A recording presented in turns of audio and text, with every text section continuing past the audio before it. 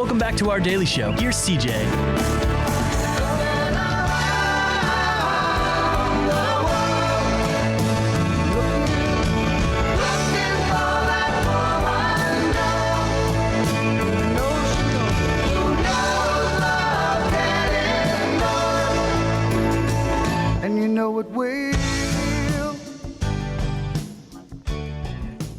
Oh, wow.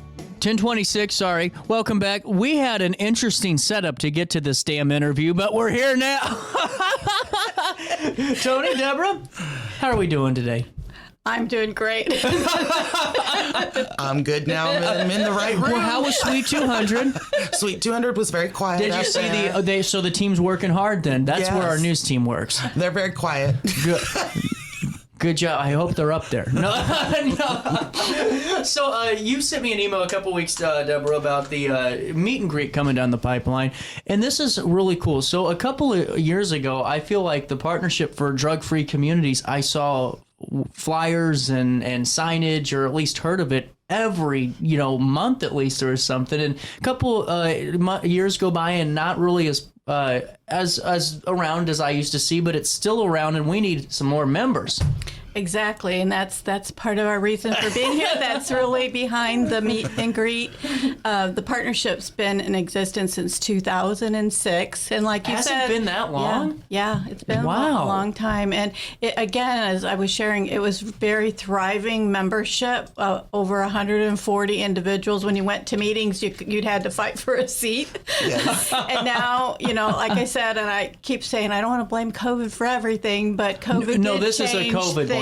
Yeah. And things just stopped. And so now this is we're kind of waning and trying to bring in new people, new membership, grow the partnership back to where it was in previous years. Well, and it needs to be, especially now too. I feel like, the more that we can talk about, keeping communities drug free, but also to talk about, drugs in a way that don't make it that, forbidden fruit, but, educate, because I think the forbidden fruit method has not worked at all.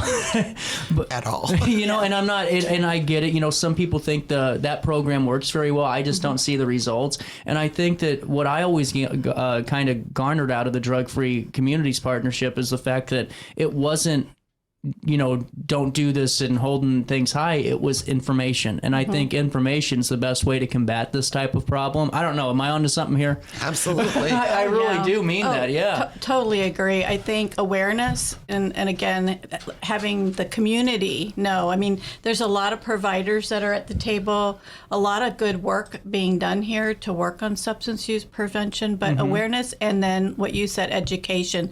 And usually every meeting there's some educational component. Somebody's presenting on a service or program, so that everyone around the table knows what are the available resources in our community to prevent substance use.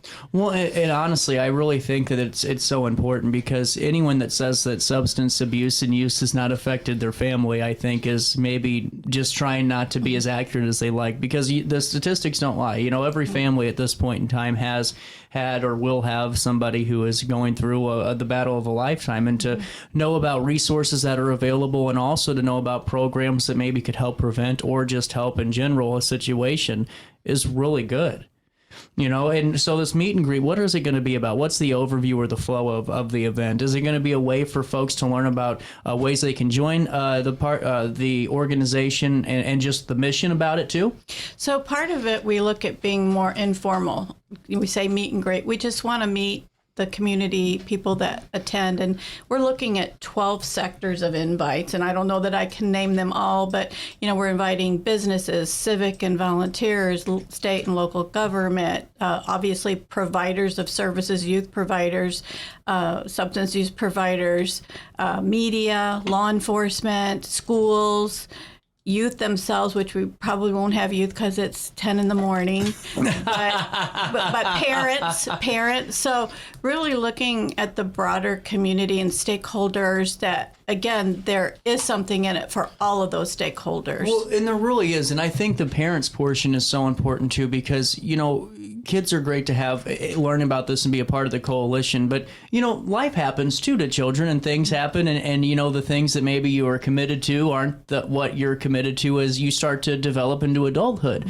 But to have parents really know about ways to maybe spot something, ways to kind of go about addressing the issue that could maybe prevent a split of a family, a split of a relationship, or the deterioration of an individual too. And that's kind of what the meet and greet is about, is remembering that we need all of those people at the table, not just a few of them. You may not realize that the partnership was around since 2006 because it was known by a different name. It was in 2016, it was a culmination of two different groups that joined together.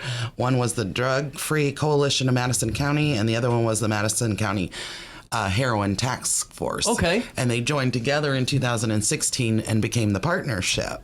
Interesting. And I think that's it. Well, that's great to know too. Yes. Do you think the partnership helps when they join together to kind of create something bigger?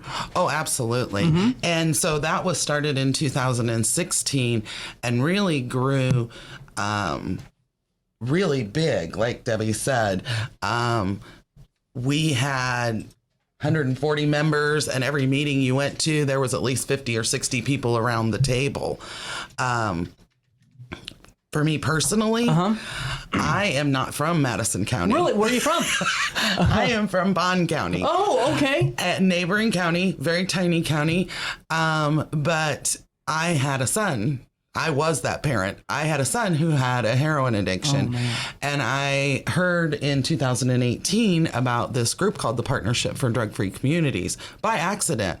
Someone I knew was their speaker that month, and she said, hey, you should come check this out.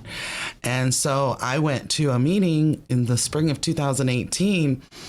And let me tell you, I wanted to get out of that room because they went around the room, and yes, there's 40 or 50 people there. Yeah. Every single person was the DEA or a treatment center. Yes. Everybody had all these initials under their names.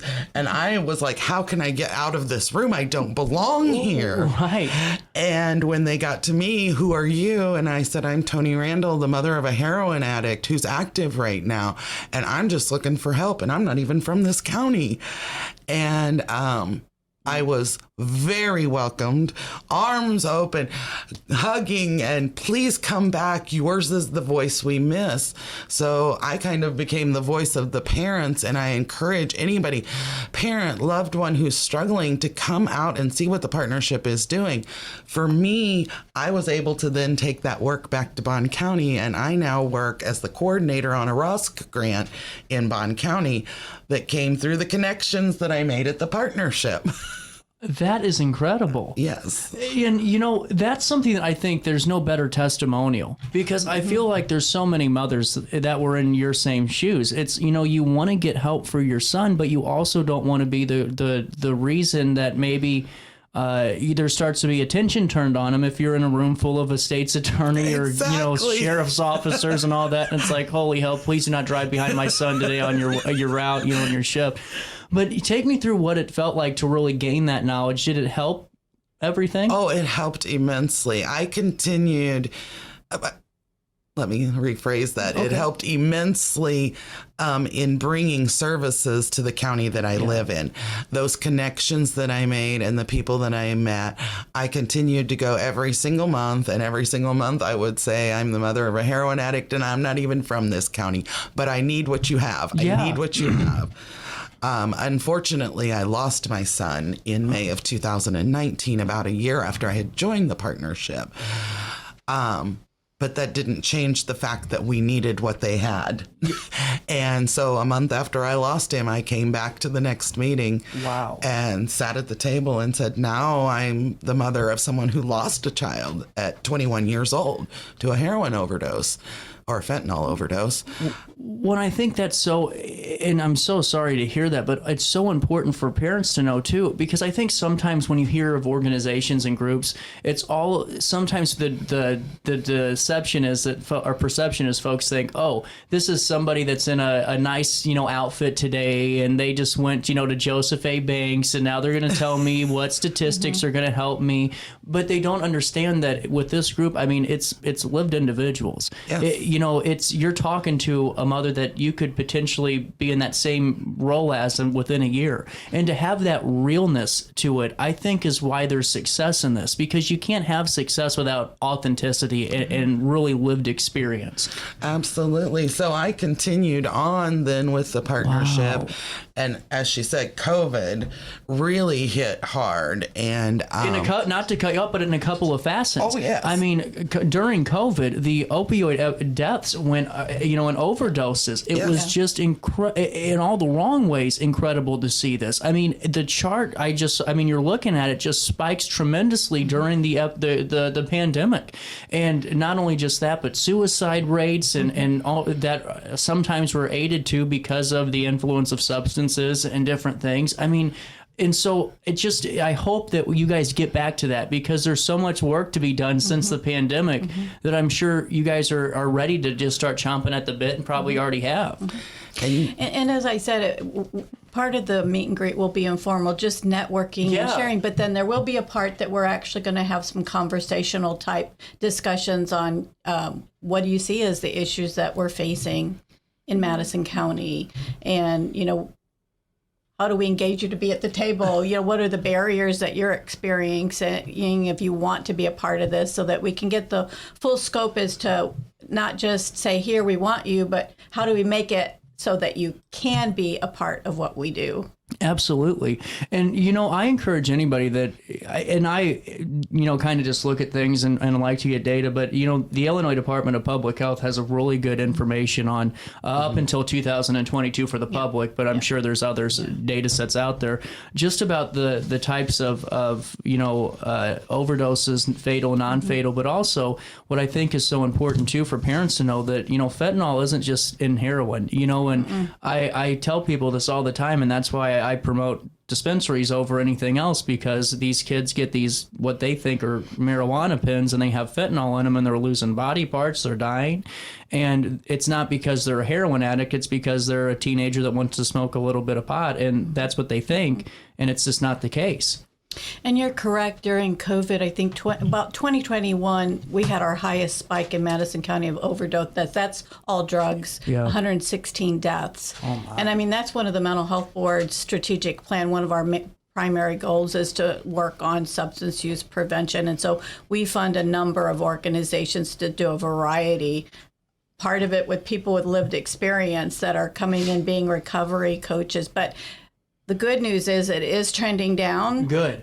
Year to date, now we have November and December to go, we're at 62 overdose deaths from 116. So we still have some numbers out there. So it may still be a little bit higher, but it is trending down each year. It was 96 the following year. So I think this work is so relevant and important, so that if we can help these trend down by, again, being together and addressing those priority or those big issues that we get around. You mentioned dispensers, and Narcan has been distributed so widely in this county. I bet. And now they've even got little dispensers that are free. You can go up and hit it, and they're trying to get them located throughout the county. So it's accessible. So anybody that has a family member that's struggling, or not even necessarily a family member, work wherever, having that available, it saves lives. Well, it does. And what I was meaning about the dispensary portion of it is because people kind of ask me why, I promote dispensaries. And the reason I do is because some people think that these products they're getting off the street are the products that they're getting. And it's not. I mean, these concentrate pens are full of junk and sometimes fentanyl. And that's why, just going into that with the Narcan kind of conversation, is these kids are dying of fentanyl that think that they're just using cannabis. Right. It's laced and or the pills. Oh yes, the pill presses. That's that even are worse. Coming out of Mexico. Worse. And they're coming in these pretty little pink and orange and green and yellow colors, and and they're out on the street and they're supposed to be fun pills, but they've got fentanyl in them, and kids die who've never ever used drugs before in their life. Well, and see where we're at in this country geographically, I think makes our case so much more unique because, so many times when I've had, human trafficking experts on this show and different folks, I mean, there's a reason our region's a hotbed for a lot of this, and that's because of just the transportation channel that this middle of the country provides. And I'm sure it's no different with drugs. Am I right about that? Right. Absolutely. Yeah. Huh. Well, and now with this too, what are people going to be able to kind of take away, do you think, from this meet and greet? Do you think that they're going to be able to gain some knowledge, and also is there a chance to sign up and maybe join right then and there? Yeah, we're taking down, we've got a list of the registration. We've got email addresses, so we will do further outreach. And again, we'll be talking to them about the meeting during the meeting. There's going to be very brief. Like I said, we want it to be as informal as possible, but there will be kind of an introduction, a welcome, and a little bit of why we're here and how they can play a role in that. And then certainly talk to them while they're there and try to engage them, invite them to come to our next meeting. And we're strategizing on our next meeting because we want it to be a blowout meeting. So when they come, they really feel like, hey, this is something really important that I learned today, that there's a takeaway, and that will encourage them to continue and follow along with us. And because we're going to take a break and come back with more. But I think, Toni, too, you hit on something that was so important is just all these backgrounds. I mean, some groups only have, professionals, but when you have all this uniqueness to it, there's so much more that you can talk about and accomplish. And not only have a group there, honestly, in a way, group therapy session for some that are going, to talk about things that they're experiencing and how to handle it, but also to really achieve change, because you can't do it with just a certain group of demographic. Doesn't matter I'm not talking color or anything. I'm talking just job and position in society, because if you have a bunch of, bureaucrats in a room, well, you aren't going to get that real lived experience of, my son, my daughter, myself, all of these different scenarios that could pop up that this group really elevates too in those discussions and thoughts. We would love to see some of the people show up at the meet and greet who don't think this applies to them. That's call into this damn show if you don't think this applies. And I mean that because... business owners. Yeah. This doesn't apply to me. I'm a business owner. Why should I go to the meet and greet? Because... show up and find out. And that's a whole nother thing too, because that brings up a whole nother can of worms, Toni, because so many times, and I've had conversations with business owners out the wazoo lately about the problem that is in Alton and other areas, and not just Alton, but in other areas too, where there's individuals that are, not saying this mean, but obviously experiencing substance use and abuse, and they are maybe disrupting the flow of business sometimes. Yes. And it's, how do I handle this? What is the proper protocol here? How can I help this individual? And those things really are important. So go ahead and say you don't need this. Say you don't need it and come. And get a little education. Right. And if you keep coming to the meetings, you're going to get educated at every single meeting. We have speakers at every meeting. You're going to learn a little something every time. Before we take a quick break too, there was a woman I had on, and I hope it's still going well, but she had this beautiful idea about doing a memorial park for the individuals that died of a drug overdose in Madison County. And it's just, we're in the middle part of November. We're 2 weeks away from Thanksgiving. We're a month and a half away from Christmas. And, to the people that are listening to this right now and going, oh, I don't need to hear this because that's, that own individual's choice. Well, yes and no, because you can be informed and educated, because whenever you're walking down the grocery store aisle and maybe see that upset family, you have a little bit more of an understanding, number one, about, why their Christmas is a little more glum, because this does affect families. I mean, it's affecting families all over the region. It's not just Illinois, it's Missouri, it's across the country, and it's terrible. I mean, there's empty seats. And when we talk about youth, it could take one time using it and you're addicted, or you're addicted too. Yes. If you're not dead, you're addicted, and that becomes a brain issue, and then it continues on. I might try it and I will never go that path because it's not something that works in my brain that way. Right. So it's really important that we recognize that again. Absolutely. That individuals recognize that. 10:44, a little bit of change. We'll take a quick break. We'll come back and we'll talk a little bit more about this great meet and greet coming down the pipeline. December the 4th, Wednesday, from 10 to noon at the RP Lumber Center. 6289 Tiger Drive in Edwardsville. More Daily Show after this.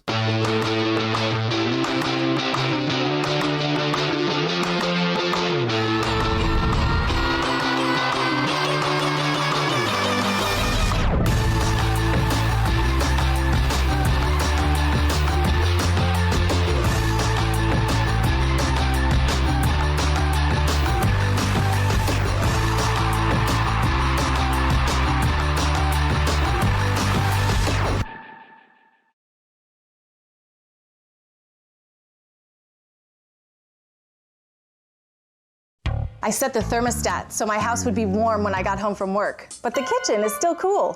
At Barrett Heating and Cooling, we stand behind every Linux system we sell. My dealer said he'd take care of everything. At Barrett Heating and Cooling, we understand everyone wants prompt, professional service. Turns out it wasn't my furnace after all, just a little something blocking the vent.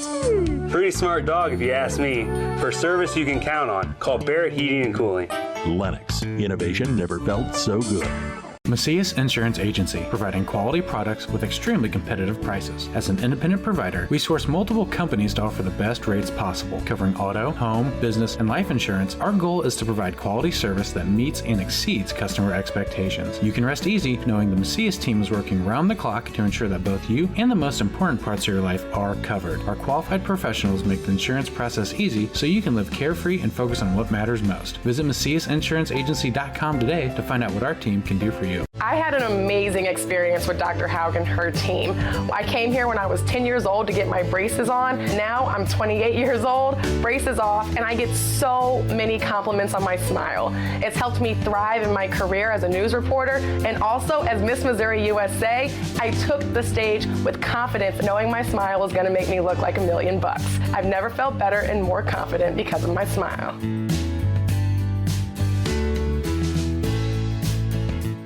You won't find a better health club than Nautilus Fitness Center. More cardio, more free weights and equipment, more classes, a swimming pool, and more. If you're serious about your health and want to make a change, then stop thinking about it and visit Nautilus Fitness Center on Industrial Drive in Alton. Don't fall for the hype you get from the other health clubs. Nautilus is the Riverbend's premier health club. Has been for years and will be for years to come. Get to Nautilus Fitness Center and get started on a healthier new you. You're listening to Our Daily Show with CJ Nasello on RiverBender.com.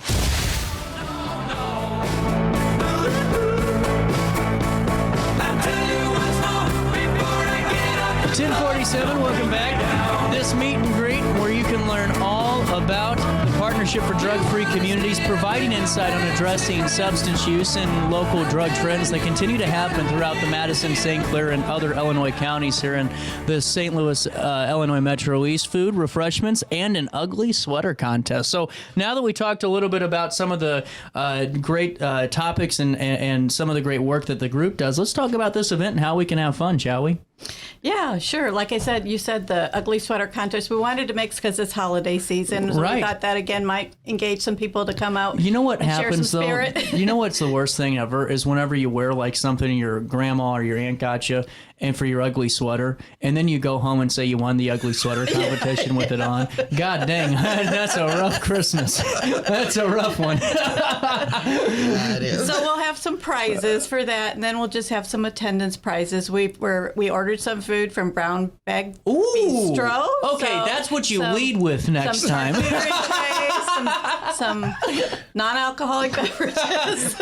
Yeah, good point. Good disclaimer. I'm nosy. What are the prizes? Well, the first one's a Starbucks gift card, and then there's a couple of other treat boxes that have one's bigger than the other. So we have a first place, second, and third place. Really cool. This is awesome, and I love the title of this, New Beginnings, too, and it really does tie in well with the theme of the partnership and the coalition. What's your goal for membership by the end of the next couple of months? Do you have a goal set in mind for how many you'd like to see? I don't know if we have an exact goal. We had a meeting yesterday and we were talking. We're going to have a QR code there that you can just scan on your phone and type in your information and join the partnership that way very quickly.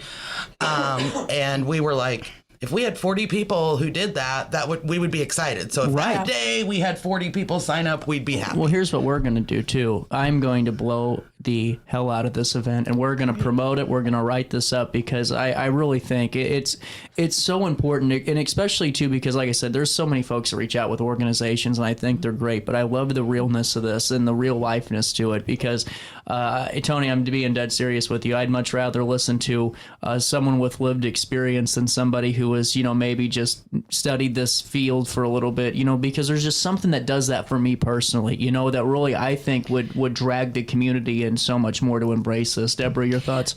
Our next meeting, actually, one of our conversations, we have a strategic planning work group is what she's referring to for the partnership. And one of the things we talked about was having that January meeting have someone who's like gone through our drug court and is on the other side. What Judge Knapp has done with that drug court too, because I've seen some stories about that and just seeing some of the people she's worked with too, and other judges as well. It's not just her, but just amazing to see that.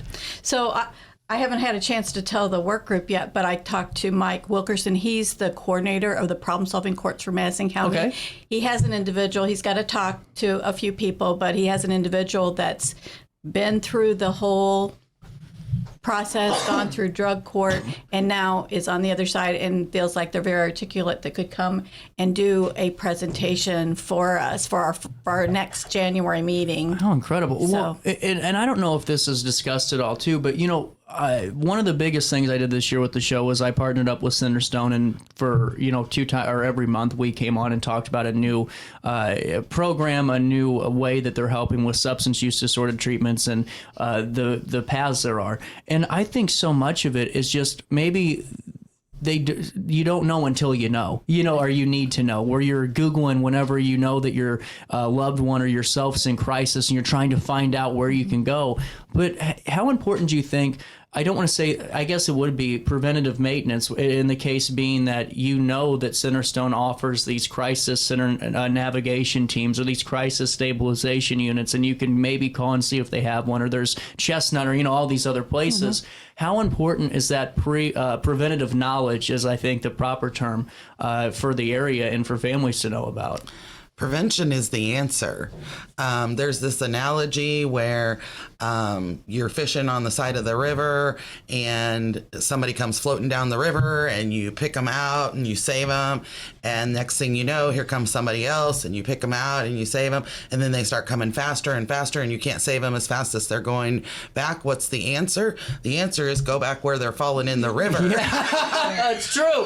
That's true. Go back to where they're falling in the river. It's true. Because you're not you can't stop it down here where you're picking them out. You have to stop it where they're falling in. So prevention's the answer to the problem. 100% over.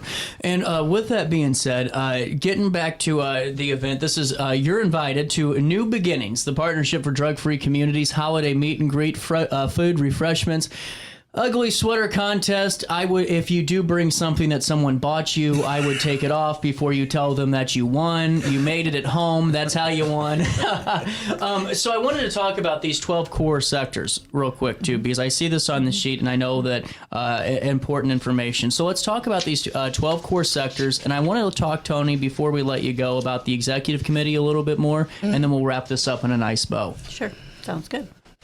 Who's talking 12 core sectors? Well, I think we probably both could speak to that. Again, this is actually a model. The 12 sectors, SAMHSA, which is the Substance Abuse National Organization, they've kind of organized this as these are the people you need to have, the stakeholders you need to have at the table. You want this to be a total collaborative group, but you also want it to be coordinated too. And if Chestnut's doing this and Centerstone's doing this, as you said before, there's all these services, they need to be coordinated because one might be doing a warm handoff to the other, and they need to know what this agency's doing as well as what they're doing at home. Right. So bringing everybody together in, like law enforcement, what role do they play in this? Not to cut you off real quick, no one realizes how great our law enforcement has been for mental health stuff lately. I mean, especially here in Alton, what Sacred Spaces as a care is done. And I tell this story all the time, and I don't say this lightheartedly. There was a man that was obviously going through a mental health crisis, and he had what appeared to be a firearm, and it really, it was like airsoft gun. It really wasn't a real gun. But how many other communities around the world you see on television that have that same scenario that ends 10 times worse? And I think it's just a big plug and just something to shout out to our area police departments, how much training they're doing to really address this as well, too, with great organizations that help, too. Absolutely. Right. And again, just that was one example. But each of these, if you look at them, schools, what's happening in the school? We know that it's happening in the school, and we know that state and local government, you look at the local government, look at our townships, our cities, what are they seeing? I've been around in city council meetings where business owners are talking that person's on my doorstep and they're using, and it's interfering with people coming in for business. So every one of these are impacted in some way, shape, or form. Even if they don't admit to it, it is affecting them as well. Well, and honestly, I think that's what it's so important, that this is such a comprehensive group. It's not just a taste of what there is out there. It's literally a full stop of what all needs to be kind of encapsulated and talked about in order to really help achieve this problem. Because, there's so many things that we talk about with preventing the spread of opioids and drugs and fentanyl, but we also have to make sure that our children are not seeing that forbidden apple anymore, but they're just understanding, a little bit more about what, these things do to you, and that's what I think is so important. Just going back to that, it's awareness. It's doing it in a way that doesn't criminalize the thought, and I think that because we're all human, everyone always thinks about those things when they're kids, because you see it, especially now on music videos, TV shows, movies, Snapchats, and everything else, that's the way that might be the fun way of life until you really go and you educate yourself and realize, oh my goodness, this is not what you want to do. And if you ask people who struggle with substance use disorders as adults now, when was your first use? 80% of the people with substance use disorder will tell you their first substance was used at 12, 13, or 14. I was getting ready to say there's no doubt in my mind. There is no doubt in my mind. So even if we delay use until 21, the brain has completely changed. Yes. And it is not impacted the way a 12-year-old is impacted. Well, right. And and so many times I think that's what frustrates me the most with that, because you'll see maybe court cases that come out and they go, oh, well, that individual, was they'll use the terms, drug addict or whatever for national television. But you're like, yeah, I get you're right. But you're also not thinking about the fact that this individual hasn't had a fully developed brain. It's completely altered because they were doing drugs since they were 12 years old because of X, Y, and Z. And there could be a myriad of reasons why. You don't know. And it's just so important to really, I think, just go full stop with this. And now with the executive committee, what's kind of the functionality? How do you guys operate? We kind of lead the work of the partnership, decide what directions we're going in. We also have 4 work groups outside of the executive committee, which are the Education and Prevention Work Group, the Drug Endangered Children Work Group, Justice Focused Initiative, and the Strategic Planning Work Group. Okay. So we kind of oversee all of those work groups on top of lead the meetings, decide on the agendas. We meet once a month. This morning on the drive here, we met. Where are you going? Where the hell is this kid's studio? Exactly. While I'm on the phone having a work group meeting. Well, and that's, oh man, we made this work. Deborah, before I let you go, what's the best way to get all the information about this wonderful organization, this partnership, and this event? Again, there is a flyer that's out. There's a QR code. There's a link. If you go to our website, we do have it posted on the Madison County Mental Health Board website. We have it posted on the partnership's website, yes. Really website, cool. Both. And so those if you do a search for either of those, you should be able to get our flyer, QR code, and register to attend. Even if you couldn't attend, you're welcome. I mean, if you don't get the registration, we would obviously prefer that because we wanted to count for food. But at this point, we're getting really close. So if anybody has a desire to come, just show up. And if you see that flyer anywhere, please share it on your social media. Absolutely, and keep growing this. Yes. We're out of time, but folks, as we were talking a little bit about substance use and just crisis in general, if you know of somebody that is experiencing suicidal issues or a crisis, 988 is the Suicide and Crisis Lifeline, and that's been such a great addition. I saw some of the statistics on that, and that is just remarkable, the amount of workload that number has received since it's been established. Really just incredible. And now Centerstone of Illinois is the hub for us now for 988, which brings it home to Madison County as well. Full circle. And there is one last thing, and I don't have the number, but you can look it up. There is a website called Never Use Alone, and it has a phone number that you can call because most people who die of an overdose die alone. You can call 877-696-1996. This is your overdose prevention lifeline. Never use alone. That's the main line, 877-696-1996. We're out of time today. We got a busy day, but we'll see you back here live at 9 tomorrow as we wrap up the week that was. Until then, just try your best, as always, to stay out of jail.